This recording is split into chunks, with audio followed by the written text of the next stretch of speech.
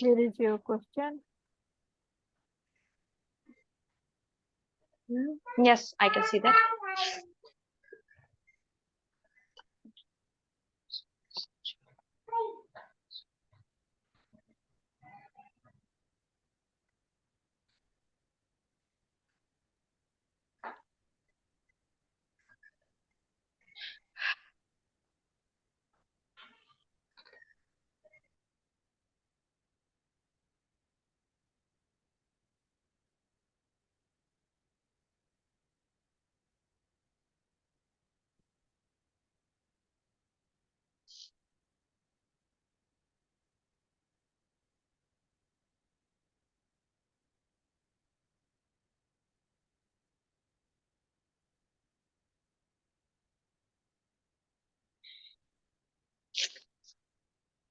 All right. So if you have read and understood, right, then considering this surgical anatomy station, kindly tell me what organ are you looking at? Can you identify?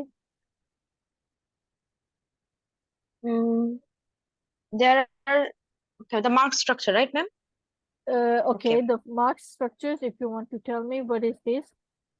This is the superior belly of omohyoid 34. Okay, what is the other end attached to? It is the omohyoid muscle. This is the inferior belly of omohyoid. Okay, what is this next to it? If you can identify the structure. Yes, 38, ma'am. This is the 38. Yes, ma'am. I can. I know that it is a thyrohyoid 38. 32, please. 32 sternocleidomastoid. Sternothyroid. Sorry, sternothyroid. Okay, 31, please. Sternocleidomastoid. What are the function of these muscles? These are the these are the strap muscles. They usually doing the depress of the hyoid bone during swallowing and speaking.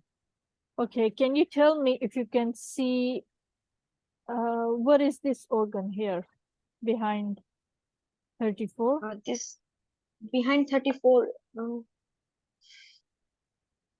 Which organ is the this? nine structure.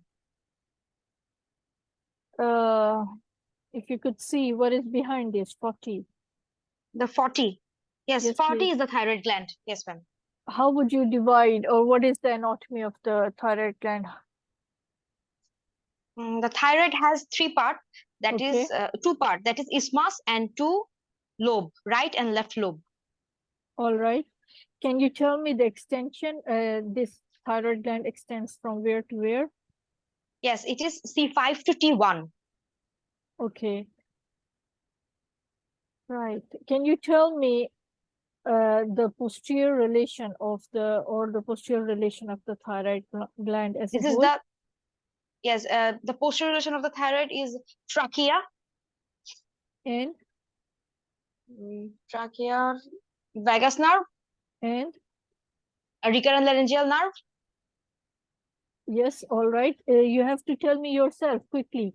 3, 4 you have to tell me, and the most important ones you are forgetting. All right.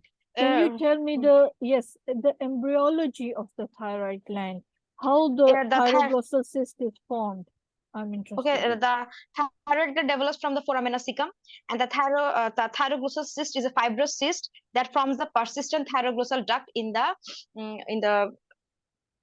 way where the thyroid gland descends. Can you please tell me how a patient presents when there is incomplete descent of thyroid gland? Sorry, ma'am. Could you please repeat the question again?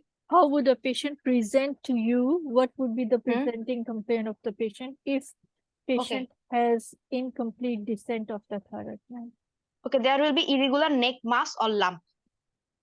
Okay. Right. Can you tell me what is the vertebral level of the thyroid cartilage? Thyroid cartilage is C4. Yes, between C4 and 5. Okay. Can you C4. tell me why does this thyroid gland moves with deglutition? Because it remains in the ligament thyroid it within the ligamentum of Bedi. ligament No. of Berry, that no, pretracheal fascia. Sorry, Yes. it is yes. within the pretracheal fascia, and the fascia is attached to the thyroid cartilage and the hyoid bone. So when there is deglutition, it pulls the pretracheal fascia with the content of it, that is the thyroid. Okay, we'll discuss this later. All right. Okay, if there is any condition of the thyroid gland which needs to be incised or excised, there are certain nerves which commonly get injured. Can you name few? external laryngeal nerve, recurrent laryngeal nerve, and cervical sympathetic chain. Okay. Can you also tell me what are the complications with which the patient will present after thyroidectomy? There will be hypothyroidism and hypocalcemia. I would like if you could classify them into immediate and late, or immediate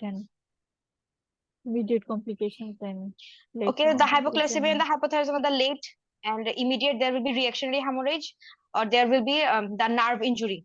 Okay, The quickly recurrent tell laryngeal nerve, me external what are laryngeal the nerve. quickly tell me what are the commonly occurring carcinomas of the thyroid gland? It's a parafollicular carcinoma.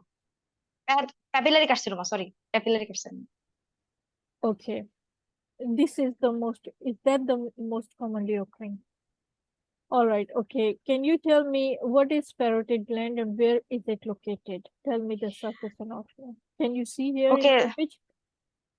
no, ma'am, because it situated on the posterior surface of the thyroid, both lobe 2-2. So there are 4 parathyroid glands. Okay. Can you tell me the surface anatomy? No, ma'am. Can All I right. Can come you back to tell this me the question later? surface anatomy of the parotid duct? Where exactly does Yes, it ma'am, open? I know. Yes, Yes. it is the intertragic, a line have to draw from intertragic nose to middle of the Yes. philtrum. Then middle 1/3 is the parotid duct. It's about 5 centimeter. Can you name the structures which pass through the parotid gland, superficial to deep? Superficial, yes, ma'am. This is facial. না সবার আগে হচ্ছে Yes, facial nerve, correct. external Yes. carotid artery, auriculotemporal nerve, retromandibular vein. Very good. Okay, what are the parotid gland secretions like? What It kind is of serous like. Okay, Serous. very good. All right. If there is a lump, a patient presents with a lump, and then what would be the differential diagnosis of the parotid lump that you'll think of? Hello. Yes. Hello. What would be the Yes. What would be the Sorry, ma'am. differential diagnosis of the parotid gland lump? Is it unilateral, bilateral? Both. Just tell me. Both. Okay. So In there will general. be there may be কি বলে canaliculi. Then there may be dark. Okay. Most common is benign infection, and obstruction. infection. Okay. Yes. Obstruction, infection, and neoplasm. In infection, there may be parotitis or mumps, and in infection, the neoplasm, there will be benign and malignant condition. In benign condition, there may be pleomorphic adenoma, and malignant condition, Okay. epidermal. With the excision of the parotid gland, there is a known condition called Frey syndrome. Can you tell me what you understand by this term? Okay, so when there is a accidental cut to the auriculotemporal nerve, there is re-innervation of this nerve fiber, which causes gustatory sweating and facial flushing while eating due to re-innervation of the postdronic fiber to the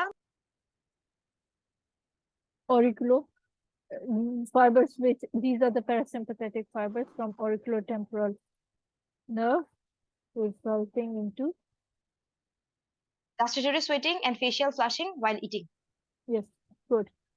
Thank you.